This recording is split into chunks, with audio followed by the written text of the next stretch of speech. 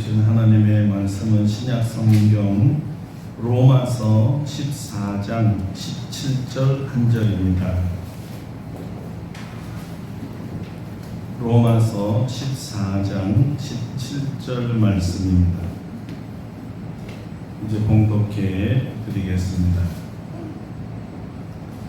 하나님의 나라는 먹는 것과 마시는 것이 아니요 오직 성령 안에 있는 의와 평강과 희락이라. 아멘. 할렐루야. 아멘. 오늘의 말씀으로 우리에게 은혜 주실 줄로 믿습니다. 아멘. 오늘은 하나님 나라, 하나님의 나라라는 제목으로 말씀을 증거하겠습니다. 지난주 우리는 천국, 즉 하늘나라가 하나님이 거하시는 하늘나라라고 정의했습니다. 하나님 나라는 하나님이 왕이 되어서 하나님의 백성을 통치하는 나라입니다. 모든 권세와 영광과 주권이 하나님께만 있습니다. 그래서 천국을 하나님의 왕국이라고도 말합니다. 하나님의 나라는 예수 그리스도를 주와 그리스도로 믿고 영접한 하나님의 자녀들이 가는 곳이며 영원토록 살 것입니다. 나를 사랑하사 죄와 사망에서 날 구원하신 예수님을 눈과 눈으로 바라보며 손과 손을 맞잡을 수 있고 주님의 이름을 부르며 영원토록 주님과 사랑하고 뜨겁게 성삼위 하나님을 예배하고 즐겁게 찬송하는 곳입니다. 영원토록 말입니다.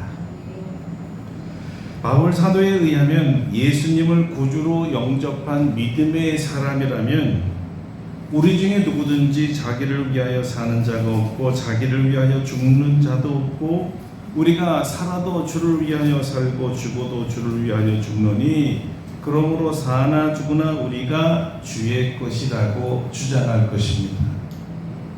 왜냐하면 역시 바울의 논리대로 말하면 내가 그리스도와 함께 십자가에 못 박혔나니 그런즉 이제는 내가 사는 것이 아니요 오직 내 안에 그리스도께서 사시는 것이다. 이제 내가 육체 가운데 사는 것은 나를 사랑하사 나를 위하여 자기 자신을 버리신 하나님의 아들을 믿는 믿음 안에서 사는 것이라. 아멘. 왜냐하면 나는 이미 그리스도와 함께 죽었기 때문입니다. 그리스도 안에서 다시 살아난 나는 이제 남은 내 생에 내 삶을 오직 예수 그리스도를 위해서만 삽니다. 이 예수님만을 위해 사는 삶에는 십자가를 지고 주님을 따라가는 삶이기 때문에 예수님과 같은 고난이 따릅니다. 얼마나 고난이 심한지 그 위대한 사도 바울조차도 이런 고백을 했습니다. 내가 그 둘 사이에 끼었으니 차라리 세상을 떠나서 그리스도와 함께 있는 것이 훨씬 더 좋은 일이다. 그렇게 하고 싶으나 이렇게 끝나고 있죠. 사도 바울은 이 둘 사이를 어떻게 설명했냐면 하루라도 빨리 천국에 가고 싶은 소망과 그럼에도 불구하고 이 세상에 남아 있어야 할 사명, 그 사이를 말했던 거예요. 정말 공감되는 소망이 차라리 세상을 떠나서 그리스도와 함께 가는 것이죠. 하루라도 속히 주님 곁에 가는 게 사실 최고의 복이니까요. 우리가 예수를 믿어 구원을 얻었기에 이미 내 안에서 천국이 시작되었지만 아직 종말이 오지 않아 완전한 구원에 이르지 못하고 여기 남아 있어야 합니다. 그래서 이미와 아직 사이에 어떻게 사는 것이 가장 지혜롭고 만족스러우며 후회 없는 삶이 될까를 풀어준 말씀이 바로 오늘 본문 말씀입니다. 다시 한번 읽을 텐데 들어보시기 바랍니다. 하나님의 나라는 먹는 것과 마시는 것이 아니요 오직 성령 안에 있는 의와 희락과 평강이라.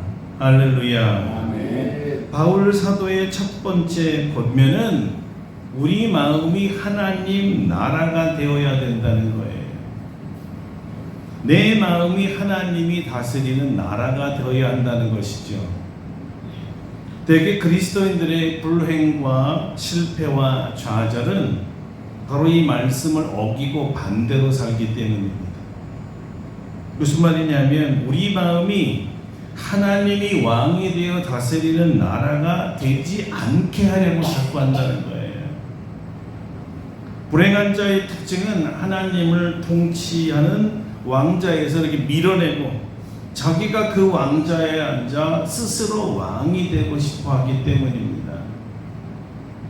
그래서 하나님 말씀보다는 자기 생각이 훨씬 더 중요하고 절대적 선택권을 갖고 있는 거예요. 그 결과는 하나님 나라가 자기 안에 이루어지질 못하는 거죠. 사실 무서운 말이긴 하지만요, 여러분 잘 들으셔야 하는데요, 내 마음이 하나님의 나라가 이루어지지 못하는 말은요, 사실 내 마음을 지옥으로 만든다는 것하고 같은 표현이에요. 하나님이 안 계신 곳, 하나님이 다스림이 없는 것이 어디예요? 지옥이거든요. 거기에는 절대적인 평안과 희락이 있을 수 없습니다. 이곳에는 평안과 희락 대신에 탐욕과 불신과 더러움과 추함과 지독한 이기심 이런 것들로 가득 차 있습니다. 다툼과 욕심으로 서로 헐뜯고 서로의 것을 빼앗고 착취하려는 사람들 간의 전쟁터가 바로 지역이에요. 거긴 전쟁터입니다. 이렇게 하나님의 나라가 되지 못한 상태나 그런 상태의 마음이라 그런 사람에게 절대 없는 것, 부지한 것이 뭐냐? 의입니다. 의. 성령 안에서 의가 존재하지 못하는 거예요. 부정적으로 말하면 이 하나님의 의가 없는 곳은 당연히 성령님도 안 계시고 거기에는 대신 불의가 있습니다. 의가 없는 곳에는 불의가 있는 거예요. 불의는 의리, 도의, 정의에 어긋나는 부정한 행위나 상태를 뜻하는 것입니다. 상황에 따라 조금씩 의미는 달라질 수 있지만 이 불의는 일반적으로 부정, 부당함, 비윤리적 행위를 지칭합니다. 그런데 이 뜻들을 풀어보니까 아주 흥미롭습니다. 바르지 않음, 공정하지 않음을 뭐라고 부릅니까? 부정 또는 불공정 이렇게 얘기하시죠. 맞습니까? 예. 마땅하지 않음, 정당하지 않음은 뭐라 그래요? 부당하다. 부당하다. 법에 어긋나는 건 뭡니까? 불법이죠. 윤리적 기준에서 어긋나는 건 뭐예요? 비윤리예요. 신뢰하지 않고 믿음이 없을 땐 뭐라 그래요? 불신이죠. 자, 여러분 가만히 보면 이 모든 것이 바르지 못한 것들에 대한 표현들이 불의를 말하는 거예요. 하나님 나라에서는 이런 불의가 없습니다. 공정하고 정당하고 마땅하고 윤리적이고 법치적이며 신뢰와 믿음만이 존재하는 나라입니다. 단 한 건의 문제도 단 한 사람의 불만도 없는 곳이 어디예요? 천국 하나님의 나라에 모두가 만족하는 곳입니다. 어떤 한 사람들 제외됨이 없어요. 어떤 부분만 행복한 거 아니에요. 모두가 행복한 것이. 자, 역으로 불의가 없는 나라가 하나님의 나라입니다. 자, 여기서 말하는 의, 하나님의 의는 문자적으로 여러분이 지금 본 것처럼 올바르다는 뜻이에요. 올바름. 이 올바름이 무엇에 대한 올바름이냐? 하나님과 우리 사이의 관계가 올바르다라는 뜻입니다. 하나님께서 우리를 받아들여 줄 수 있는 조건이라는 뜻입니다. 이 죄인이 하나님께 옳다고 인정받는 상태에 도달하도록 열려있는 길을 의라고 말합니다. 이 세상에 하나님이 창조 이래로 아담서부터 지금까지 모든 사람들이 이 죄 아래 팔린 사람이라고 성경은 말합니다. 의인은 없나니 하나도 없다는 거예요. 하나님과 올바른 관계를 가진 사람이 하나도 없어요. 죄의 싹은 사망이기 때문에 죄로 죽은 자들은 스스로 살 길이 없는 거예요. 죽은 자가 할 수 있는 것은 아무것도 없잖아요.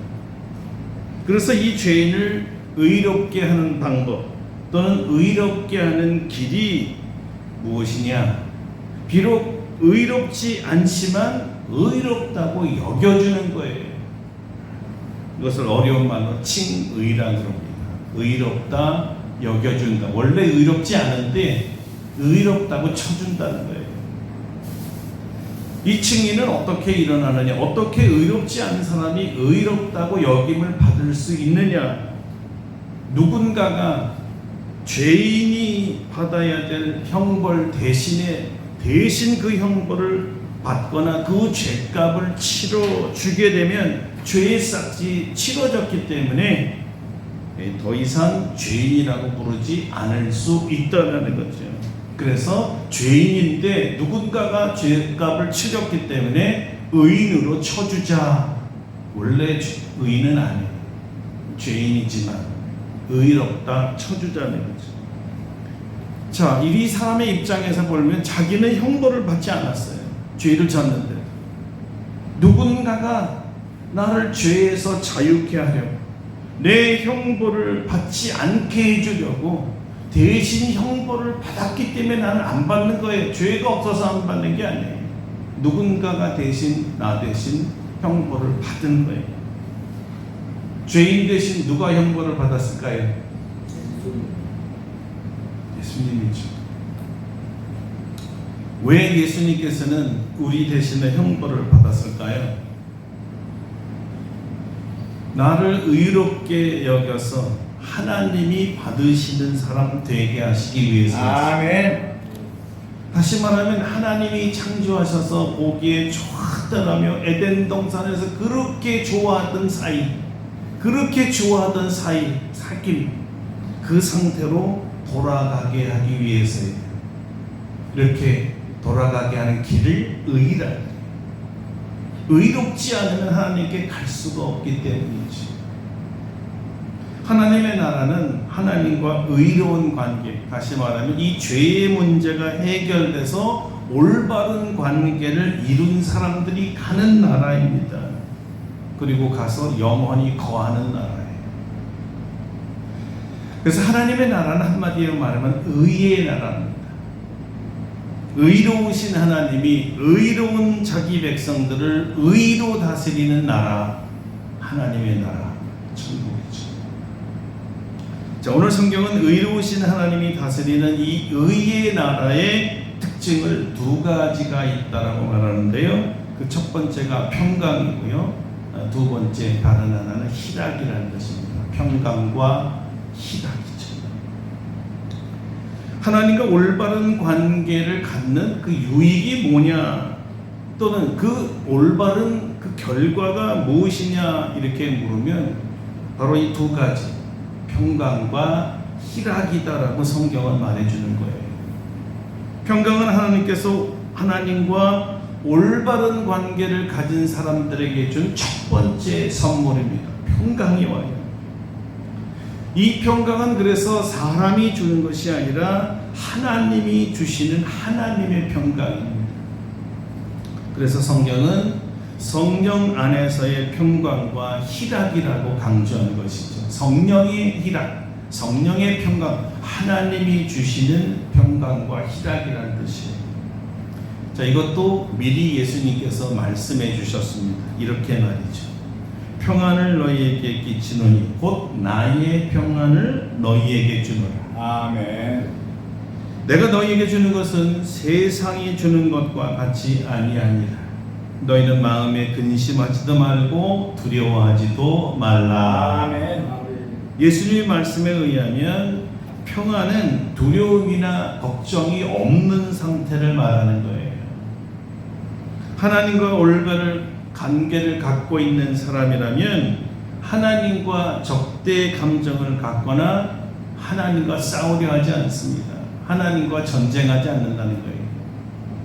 하나님을 대적하여 싸우지 않습니다. 하나님의 관계에 못마땅한 것이 우리 마음에 생기잖아요. 그러면 평화가 이상하게 저절로 쓱 없어집니다. 왜 그래요? 하나님과 싸우니까 내 마음이 전쟁터가 돼버린 거예요. 하나님과 불화하여 그 마음이 하나님의 나라가 되지 못하면 내가 알 수 없는 종류의 질병이나 악이나 불만 같은 것이 들어오게 되어 있습니다. 그래서 이런 상태를 생지옥 같다라고 표현했던 것 같아요. 하나님이 없이 전쟁만 있으니까 내 마음이 꼭 생지옥 같아. 이런 표현을 하는 거죠. 하나님 앞에 부끄러움이 없고 당당한 사람들은 특징이 마음에 평안이 있습니다. 하나님과 올바른 관계를 가진 사람의 특징이, 첫 번째 특징이 평안이니까. 아담이 범죄하고 하나님을 떠나 숨었죠. 그때 평화로웠을까요? 하나님을 떠나니까 이제 살았다, 자유다 하고 마음이 편했을까요? 성경이 뭐라 그럽니까? 이렇게 말하고 있습니다. 내가 동산에서 하나님의 소리를 듣고 내가 벗었으므로 두려워하여 숨었나이다. 하나님을 떠난 아담은 자유함을 느끼고 평화로운 게 아니었어요. 두려웠어요. 두려움이 생깁니다. 그래서 두려워서 숨었습니다. 이렇게 말하는 거죠. 뭐가 두려워요? 하나님의 진노가 두려웠다는 거예요. 하나님과의 이 의로운 관계, 올바른 관계가 깨지면 이 죄인은 하나님 보기가 두려운 거예요. 그래서 숨는 거죠. 거기에는 평화가 없습니다. 하나님 나라에서 쫓겨났기 때문이죠. 평화야말로 하나님이 의인들에게 주신 최고의 선물이에요. 그래서 의인들은 희한하게도 예수님이 주는 평화가 들어올 때 전쟁 중에도 평화를 느끼는 거예요. 가난한 때도 평화로워요. 내가 병중인데도 평안한, 병에 대한 두려움이 없거든요. 죽음에 대한 두려움 없어요. 주님이 내 안에 계십니다. 주님이 내게 평안을 주시고 아멘. 고난 중에도 평안한 거예요. 실패 중에도 평안한 거 아세요? 주님이 내 안에서 나를 다스리면 실패하는 것도 두렵지 않아요. 과정으로 생각해요. 평안하지. 자, 평화의 왕이 자기 안에 계셔서 평강으로 다스려 주시기 때문에 예수님 나라가 이루어진 사람들, 하나님의 통치를 받는 사람들은 어떤 상황에서도 평안을 누릴 수가 있다는 거예요. 이 점이 세상이 주는 평화와 예수님이 주시는 평화의 결정적인 차이입니다. 예수님이 십자가로 지켜주신 평화이기 때문에, 생명을 걸고 지켜준 평화이기 때문에 상황에 따라 변하지가 않아요. 다른 말로 어떤 상황 속에서도 우리의 평화를 지켜주신다는 거죠. 그래서 바울과 신라가 빌립보 감옥에 갇혔을 때에도 찬송하고 기도할 수 있었던 이유가요, 그 감옥에서도 예수님께서 함께 하셔서 두 사람에게 평안을 주셨기 때문입니다. 아멘. 요셉도 마찬가지였죠. 형님들이 자기를 은 몇 푼에 팔았을 때 얼마나 속이 뒤집어졌겠어요. 보디발의 아내에게 억울하게 순결을 지켰는데 그 보상은 감옥이었어요. 13년 동안 갇혀 있었어요. 그런데 감옥 안에서도 요셉은 평안했답니다. 꿈 해몽을 해줬는데도 즉시로 아무 보상이 없어서 아이고 하고 세상을 한탄한 것이 아니라 거기서도 평안했다는 거예요. 왜요? 평화의 왕이신 하나님이 함께 하셨기 때문이라고 성경은 말하고 있습니다. 하나님이 나와 함께 하십니다. 여러분들에게도 이런 평안을 원하십니까? 원하세요? 아멘. 여러분에게 세상이 줄 수 없는 예수님의 평안이 충만하기를 바랍니다. 아멘. 둘째, 하나님과 올바른 관계를 가진 사람들에게, 이 의인들에게 주시는 선물은 희락입니다. 기쁨이에요. 평강 못지않게 최고의 선물이 희락이죠. 이것은 어쩌면 제가 생각할 동전의 앞뒤 같아요. 앞면은 평강, 뒷면은 희락. 한 패키지죠. 또 떨어질 수 없는 거예요. 희락이라는 이 말은요, 그 원어를 보면 카라예요. 카라. 왜 제가 일부러 카라라고 하는지 설명해 드릴게요.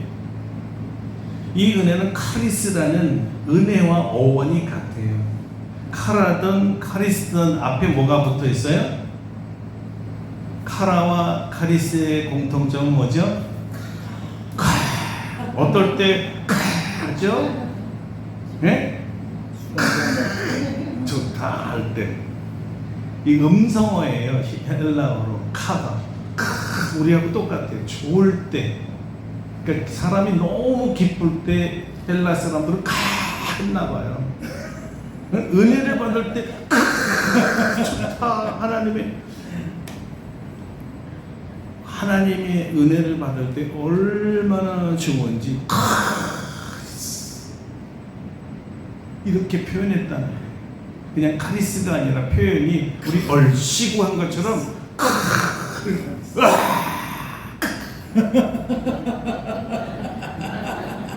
이게 모르는 사람들은 잘 모르시는 것 같아. 이게 얼마나 좋은지 손뼉 치며 호탕하게 웃어 제끼며 좋아하는 모습을 그렸던 거예요. 여러분들 지금 모습이 어떤지 한번 서로 볼래요? 그렇게 좋아하고 있나요?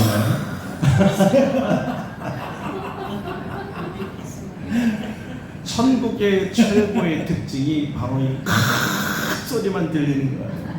너무 좋아가지고 기쁨의 나라, 기쁨의 나라. 이래도 기쁘고 저래도 기쁘고 슬플 새도 없고 걱정할 틈이 없고 의심할 시간이 없고 불화하며 싸우고 성낼 겨를이 없고 토라지고 얼굴 붉힐 짬도 없는 곳 어디라고요? 하는 거죠.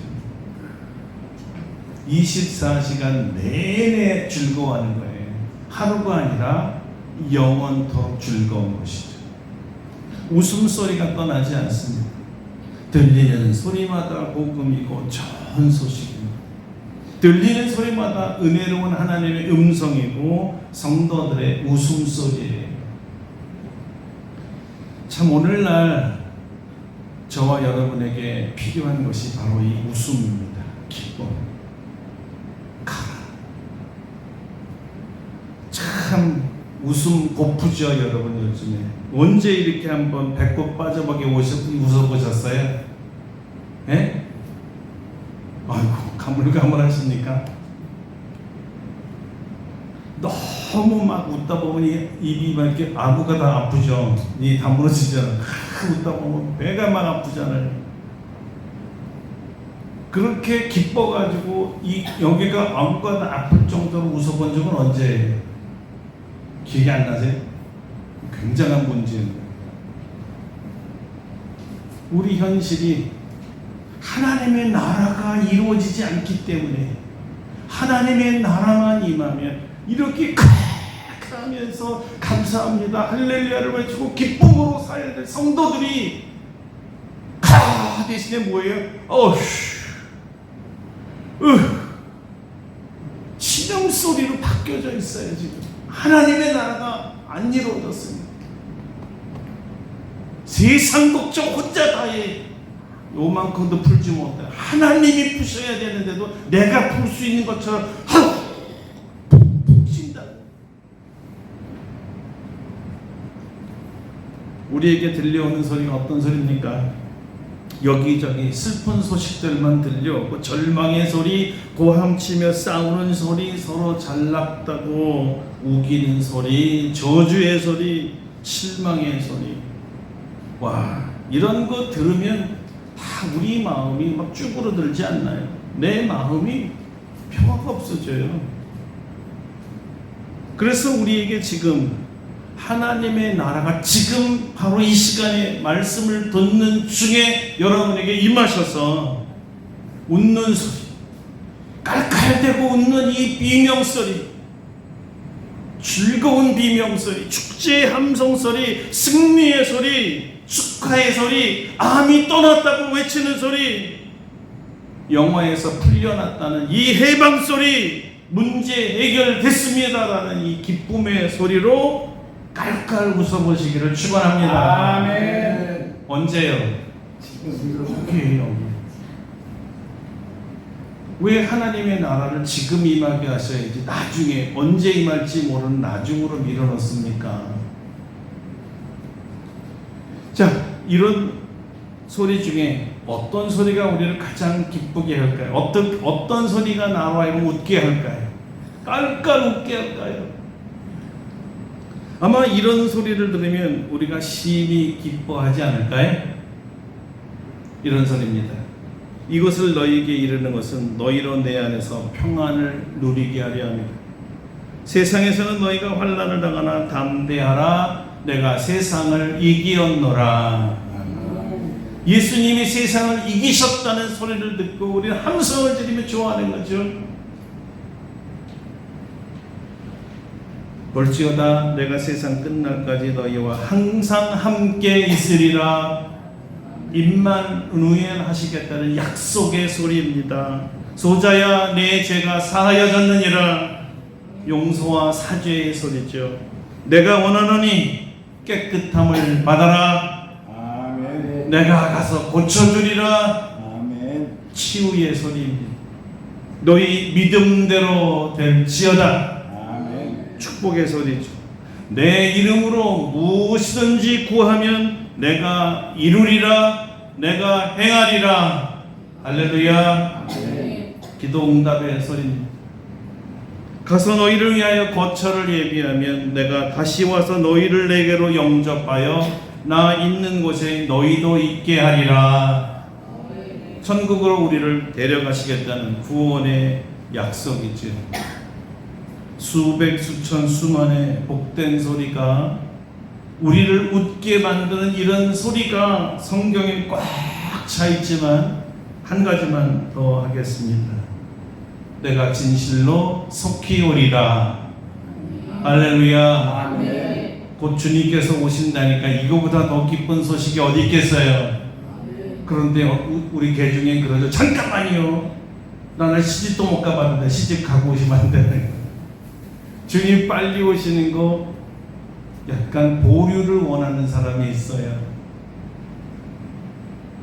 그러나 천국이 얼마나 좋은지 몰랐어요. 예수님과 함께 영원히 산다는 그 의미가 뭔지를 아직 몰라서 아직 세상 것들이 미련이 있는 사람들이 주님이 오신다는데 기뻐하지 못하는 거예요. 오늘 찬송했잖아요. 나 주님의 기쁨 되기 원하네. 안 그러신 것 같아요. 우리가 주님 기뻐하면서 주님을 기다리는데 이 주님을 기다리면서 현재 당하는 고난이나 다가올 고난 중에도 항상 기뻐하고 기뻐해야 할 이유가 바로 이런 주님의 약속들 때문입니다. 예수님 때문에 기뻐하고 기뻐할 수가 있습니다. 예수님만이 나를 웃게 하시는 분이시기 때문입니다. 100세 아브라함과 90세 사라에게 아들 이삭을 주셨을 때 얼마나 웃었길래 아들 이름 이삭으로 졌을까요? 이삭이라는 뜻이 웃음이라는 뜻입니다. 세상이 다 내 것 같았겠죠? 이렇게 좋은 하나님이 있었을까요? 한 젊은이가 암투병을 하고 있었어요. 항암 치료 때문에 머리가 다 빠졌습니다. 식욕도 없고 삶의 의욕도 점점 사라졌죠. 근데 어느 날 자기 병실에 집사님 한 분이 신방을 왔어요. 병원 신방을 와서 이렇게 조용히 한마디를 했답니다. 예수님은 형제의 고통을 아십니다. 그리고 그분은 고통 속에서도 형제를 웃게 하시는 분이세요. 근데 희미하게 나기에 그날 밤 이 청년이 예수님 저를 웃게 해주세요 라고 기도했다는 거예요. 어떻게 됐을까요 여러분?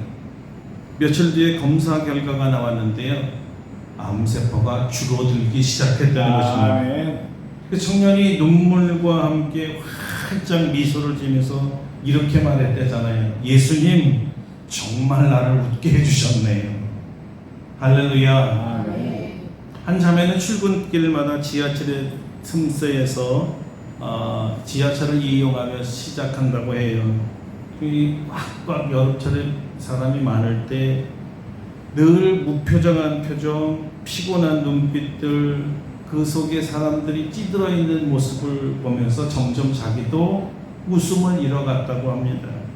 근데 어느 날 옆자리에 있는 할머니가 갑자기 찬송가를 부르더라는 거예요. 여러분 어떻게 생각하세요? 지하철에서 할머니가 찬송을 부른다. 상상에 맡기겠습니다. 별로 좋아하는 분은 없을 것 같은데 그분이 부른 찬송이 이거였어요. 예수 사랑하시는 거룩하신 말일세.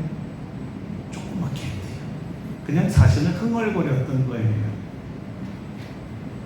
처음에는 할머니가 정말 주책이고요, 공공질서를 깨뜨리고 왜 저러지, 크리스찬이 저러니까 뭐 이런 생각을 했대요. 마음이 불편했답니다. 그런데 희한하게 그분이 불렀던 그 찬송가가 마음을 때렸대요.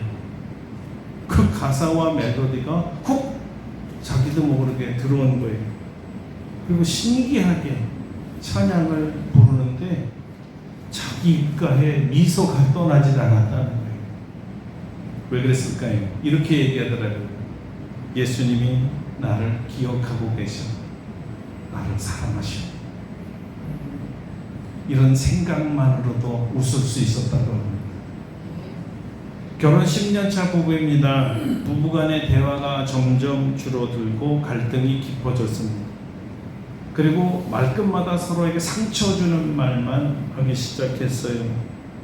어느 날 아내가 조용히 홀라 남아서 성경을 읽었답니다. 근데 그 성경 구절이, 그날 읽은 성경 구절이 이것이었어요. 사랑은 오래 참고 온유하며 모든 것을 견디느니라. 이 말씀을 붙잡고 아내는 남편에게 먼저 가서 사과했다고 합니다.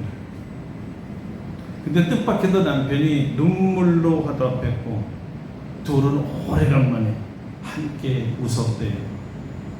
이렇게 말하면서요, 예수님이 우리를 다시 웃게 해주셨어. 예수님이 다시 우리를 웃게 해주셨어. 사랑하는 성도 여러분, 예수님이 여러분들을 웃게 해주실 겁니다. 아멘. 한번 다 같이 해보세요. 예수님이 나를 웃게 해주십니다. 할렐루야. 아니, 예수님만 그렇게 하실 수 있어요. 우리는 예수님이 자기 생명까지 바꿔가면서 사랑하는 존귀한 사람입니다. 예수님 분이. 하나님의 나라가 바로 이런 의인들에게 임하는 곳이에요. 평강과 희락을 주시면서요. 한 주간도 의로우신 주님과 함께 하셔서 평안하고 많이 웃으시는 한 주간 되시기를 축원합니다. 아멘. 기도하겠습니다. 우리 1분만 하나님 나라 내 마음에 임하게 해주세요. 하나님의 관계가 올바라서 주님 주시는 평강과 희락으로 웃게 해주세요. 다 같이 기도하겠습니다.